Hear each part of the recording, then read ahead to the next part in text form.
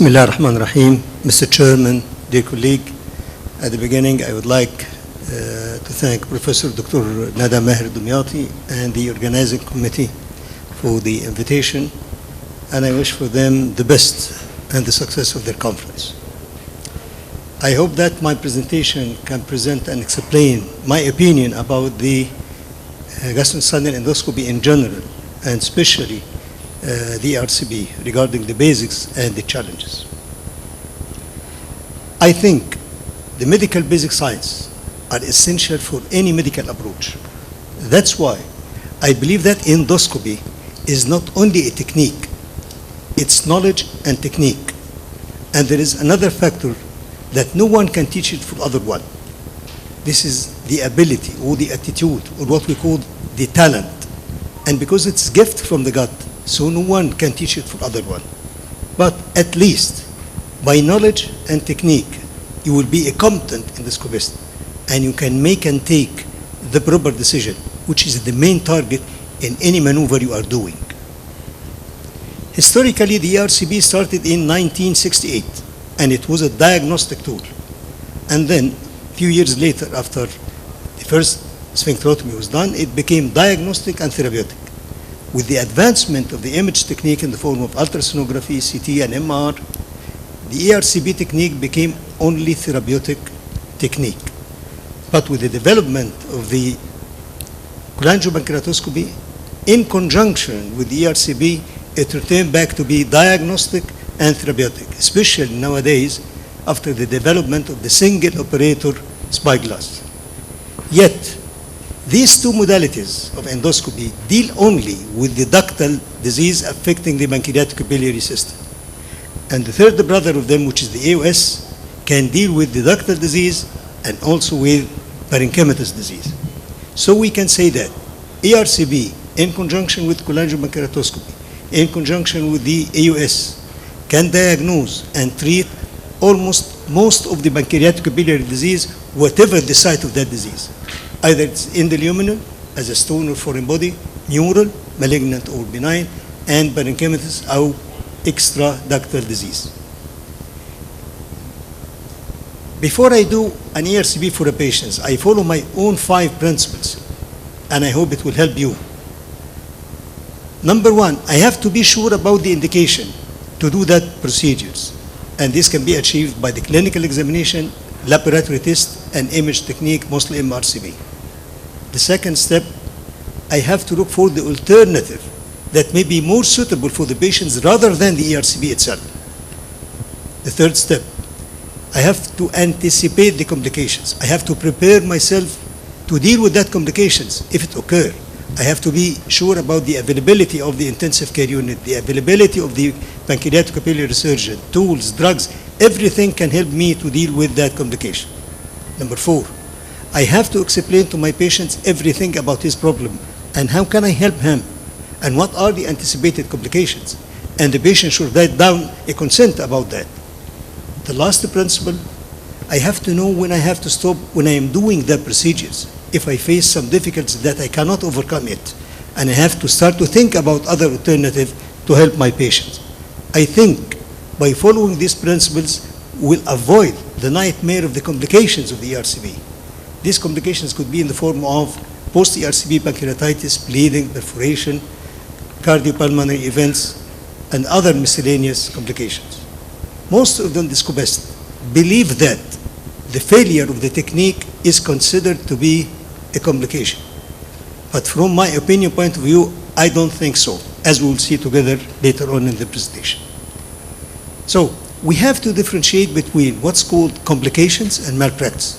Complications are medical problems that may occur either at the progression of disease or post-medical procedures, in spite of following the standard of care steps or the guidelines. On the other hand, the malpractice are also medical problems that may occur post-medical procedures without following the standard of care steps.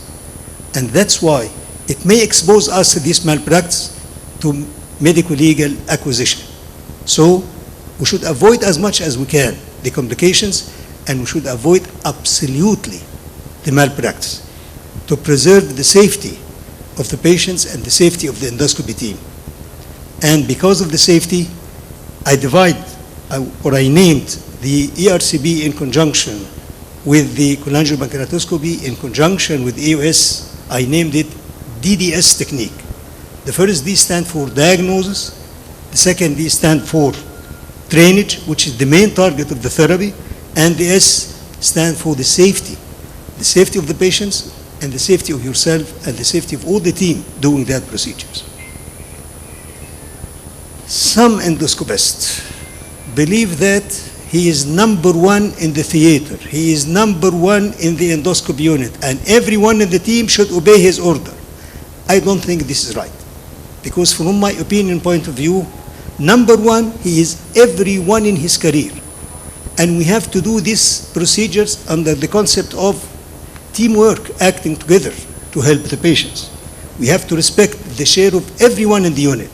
And we have to do it again under the concept of we rather than me, or we will be broken down like that picture.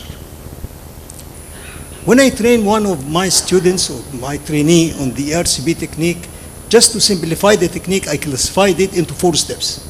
Number 1, how to reach the papilla, because actually we are using side view duodenoscope, which is completely different from the direct upper or the direct lower colonoscopy. The second step, how to maintain position in front of the papilla, because the proper position will help you in cannulation, which is the crucial third step in ERCP. How to cannulate selectively either the common bile duct or the biliary duct according to the situation of the disease. The last step is the therapeutic options that can be concluded in ensuring fair drainage of the pancreatico-biliary system. All of these steps should be done by trial on base. If you please, avoid trial and errors, because trial and errors almost always ends by errors. And you can get that base from the medical basic science, as I said in the first slide. For example, in the third step, which is the crucial step of ERCP, selective cannulation of the pancreatico-biliary duct, you have to imagine the papilla looks like a clock. And if you would like to cannulate the biliary duct, you have to do it from 11 o'clock to 1 o'clock. On the other hand, if you would like to cannulate the pancreatic duct, you have to do it from 1 o'clock to 4 o'clock. This is basics, basic anatomy. You have to be aware enough about it. In spite of that, you may face some difficulties, and you have to evaluate the causes of these difficulties. It could be related to your experience, the experience of the assistants, the tool you are using, the technique you are using, abnormal anatomy either post-surgical or as a variant, or severity of the disease. All of this could be difficulties. One of these difficulties is the presence of diverticulum in the papilla, and the relationship between the papilla and the duodenal diverticulum could be in the form of periampullary diverticulum, juxtaampullary diverticulum, or intradiverticulum papilla. And this is considered to be one of the difficult situations during the selective cannulation. All of these difficulties has been discussed by different algorithms, different guidelines. Most of them considered 3 main factors: the number of trials, the durations of that trials, and how many times did you enter the pancreatic duct unintentionally. By evaluating these 3 factors, you can decide, is it difficult papilla or not? Should I do it conventionally, or I have to shift to another technique? On the other hand, you should be trained well. You should be aware enough about the tips and tricks by which you can overcome these difficulties. For example, using double guide wire technique, transpancreatic sphincterotomy, stenting the pancreatic duct, and then retry to cannulate the biliary duct, using hemoclap or forceps to protrude the papilla from the inside of the diverticulum, injecting some saline solution behind the papilla in the diverticulum to protrude. All of these are tips and tricks. You should be aware enough to overcome these difficulties. As I believe, the GIT is just a duct. It's a tube, starting by inlet, mouth, outlet, anus, connecting with it another tubal system, which is the pancreatic duct and the biliary duct. Treatment of any disease affecting this duct, targeting 2 main strategic targets. These are patent lumen of that duct, healthy functioning wall and parenchyma. And there is multiple tactics you can follow to achieve these strategic targets. Stone retrieval, balloon dilatation, sphincterotomy, stenting, or at least medical treatment to treat the inflammatory process and to keep the wall and the parenchyma healthy and functional. Return back to the failure, as I said before, I don't believe that failure is a complication, because failure with learning, you will reach the success. That's why you should have, before doing any technique, you should have multiple plans to prepare yourself. If you fail on one, you have to shift to the other one.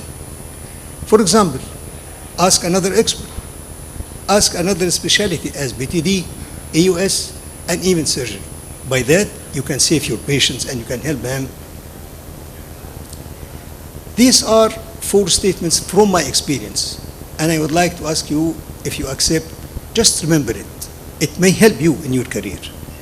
The first statement, you should know when you have to stop and think about other alternatives.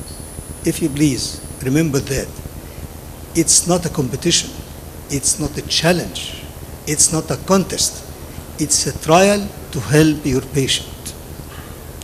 The second statement, failure is better than catastrophe.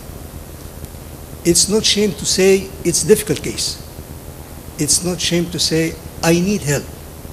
This is for the sake of your patient. Number 3, failure without complication is an acceptable outcome, regarding you are following the standard of care steps or the guidelines. But still, complications may occur, and you have to convince your patients about that. The last statement, you may not to do it from the start and to think about other alternatives that may be more suitable for the patients rather than the technique you want to do it. This is maybe better than failure and catastrophe. I think all of these statements considered to be a type of wisdom. All of these previous steps, you should do it very gently. As Gandhi said, in a gentle way, you can shake the world. The multidisciplinary team is the art of the medicine. And as I believe, it's not only multi-speciality, but it is also handling of multiple ideas within the same specialty. The most important member in this team, the patient himself, who should know everything about his disease, how can we help him, and even the complication that may occur.